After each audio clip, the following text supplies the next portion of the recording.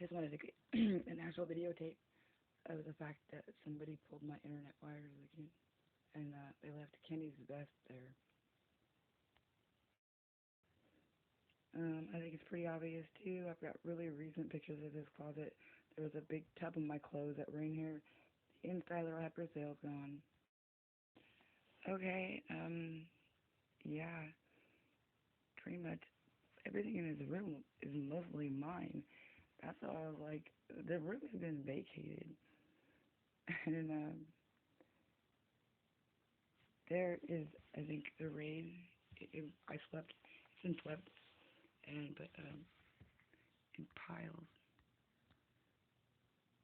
in the corners and all along the wall. Um, Back here, and oh, this top makes me want to cry, but I kind of I like painting. It's relaxing, so maybe I'll repaint this room. That is the stuff that scares me. I think that's the fourth bottle of Raid I've seen just recently, and that's too much. She was telling me my cat was hungry because he was yowling all night, and he just threw up his food, and there's been a few ants here and there, and I'm a little concerned that that's not funny at all. I'm very concerned that the pesticide levels were increased uh, because of a few ants. What is really sad is people get this stuff for her knowing how bad it is, and the ants are actually, from what I understand, coming through the ceiling, probably because she's got this place so covered with pesticides. That's the only place they can enter from. That's not a good thing, and no wonder my cat jumped in my lap and said thank you. What is really sad is people get this stuff for her knowing how bad it is, and the ants are actually, from what I understand, coming through the ceiling, probably because she's got this place so covered with pesticides. That's the only place they can enter from. That's not a good thing, and no wonder my cat jumped in my lap and said thank you.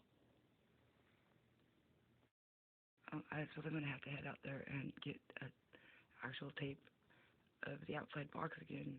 But as you can see, I can connect to the internet, but I can't get to the World Wide Web. I took some snapshots too, but as you can see, there are no medications in my refrigerator. In fact, there's pretty much nothing. They made sure they ate almost everything edible in my house before they left, and then took out the really only nice edible pieces of chicken and let them sit out and thaw in a very warm weather. And so we weren't going to risk it, but somebody came up with a really good stir fry that should have buttermilk, but I'm not sure how he did it. But it was like an entire pan full, and turned out to be a very nice save. Thank you. And so you can see behind the final door, right there, it's all piled up, and the baggie. And the window that I probably haven't shut in I don't know how long because she called the police on me.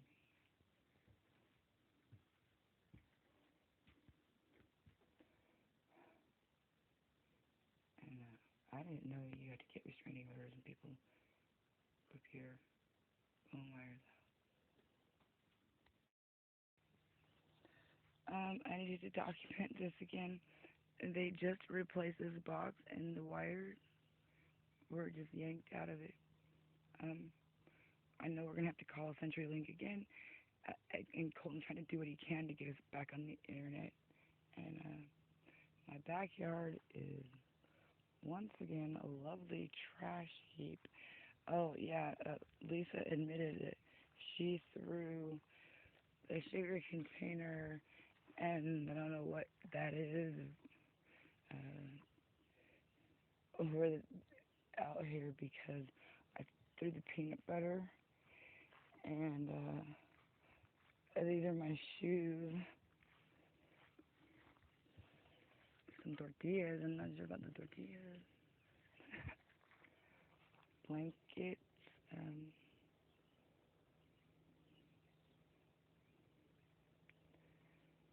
oh, oh, there's something. Oh, like a bird.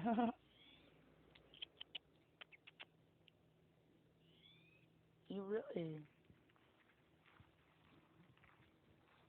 But I had pretty much tried to holler when I realized what was going on with the internet.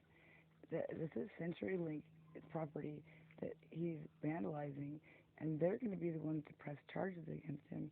And once again, it's like that's not tendency. This is a home invasion and a nightmare of to go on top of my younger children. What's happening to them?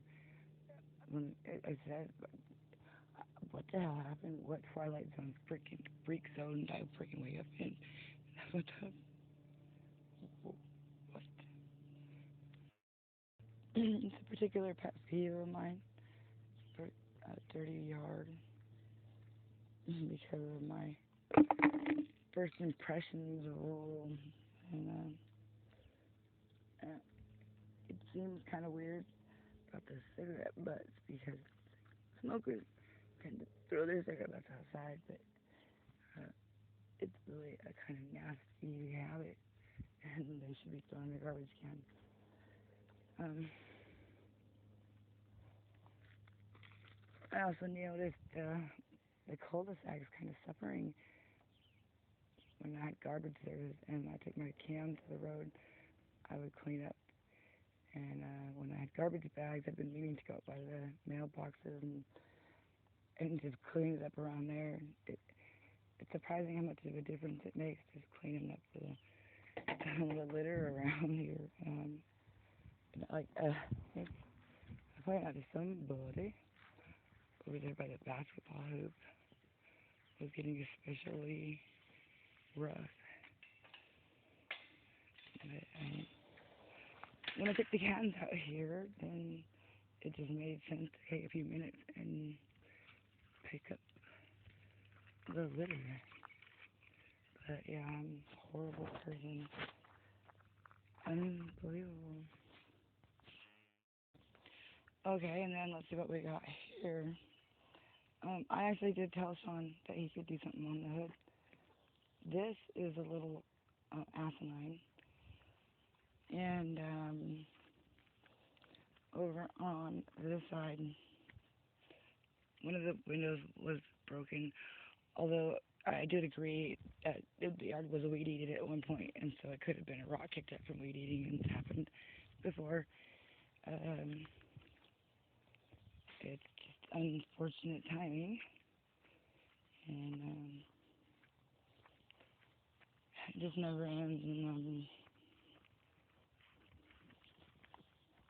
yeah, no, I'm not about to end it up. And that's a little scary. The smell coming from underneath the room or the trailer.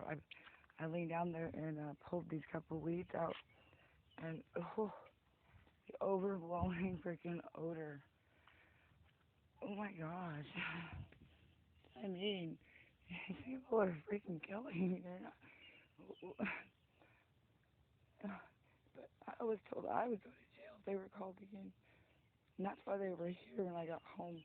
Not because of the restraining order, because she uh, called and said I hit her and broke a $4,000 computer. And wow, she must have really hit desperation mode when she broke down and did that. And the night before, she'd been telling Kenny to go get a half a cup of gasoline and hit her. But the fact that she actually gets called the police department and reported that, wow, wow, the nerve, and then the nerve for Larry to come back when there was nothing in the garbage. There's equal or more garbage in that room than there is any potential salvageable item. Um, and I have them all right here. Uh, there's very little medical stuff, but and get every little bit counts sometimes. So it's all put there. I'm not trying to keep it from him. Um, However, I can't afford him coming in there uh, and deciding he's the king and going to jail for that. That's not acceptable at all. And he knows it. He's a grown man. He knows it. Um, I, I like I said though, when I realized how far he was gonna go, when he told the cop I was crazy, when excuse me, he knows I'm not stupid, and that's the problem. Part of the problem I've had all along.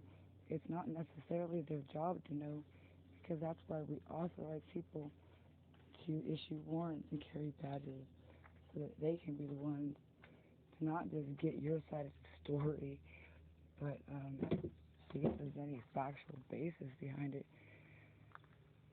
And I was saying the other day, I at this point don't really understand why an officer can't issue a 30-day notice at the first time they show up saying, we want the people out of here. Then they can go to court in 30 days and explain why they can or cannot leave. But people should not be able to discredit and imprison you.